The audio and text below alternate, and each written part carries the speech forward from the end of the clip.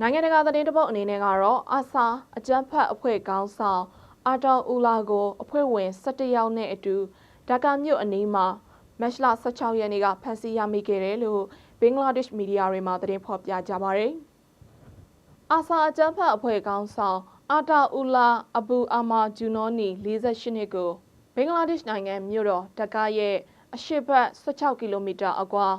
နာရယန်ကန်ခရိုင်မြို့မှာဖမ်းဆီးမိခဲ့တယ်လို့သတင်းတွေမှာဖော်ပြကြပါတယ်။ဘင်္ဂလားဒေ့ရှ်အထူးမှုခင်းနေနေရေးတပ်ဖွဲ့ RAB ရဲ့အထူးစစ်ဆင်ရေးတစ်ခုအတွင်းမှာအခုလိုဖမ်းဆီးမိခဲ့တာဖြစ်တယ်လို့ The Daily Star ကဆိုပါတယ်။အဘူအာမာဂျူနောနီအပါအဝင်ဖမ်းဆီးရမိသူတွေအထက်မှာအမျိုးသမီး3ယောက်နဲ့ကလေး1ယောက်လည်းပါဝင်ပြီးသူတို့တွေကိုလည်းအမှု2ခုအတွက်တရားရုံးကဖမ်းဆီးဖို့အမိန့်ထုတ်ခဲ့က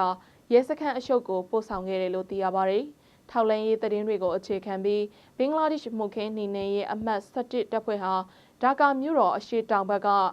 နာရယန်ကန်မြို့မှာအထူးစစ်စင်ရေးတစ်ခုကိုမတ်လ16ရက်နေ့မှာပြုလုပ်ခဲ့တာဖြစ်ပြီးအဲဒီစစ်စင်ရေးအတွင်းဖမ်းဆီးရမိခဲ့တာဖြစ်တယ်လို့ RAB အမှတ်17ရဲ့ကွက်ကရေးအရာရှိကပြောကြားခဲ့တာဖြစ်ပါတယ်။ RAB တပ်ဖွဲ့ကဖမ်းဆီးစဉ်အတွင်းမှာ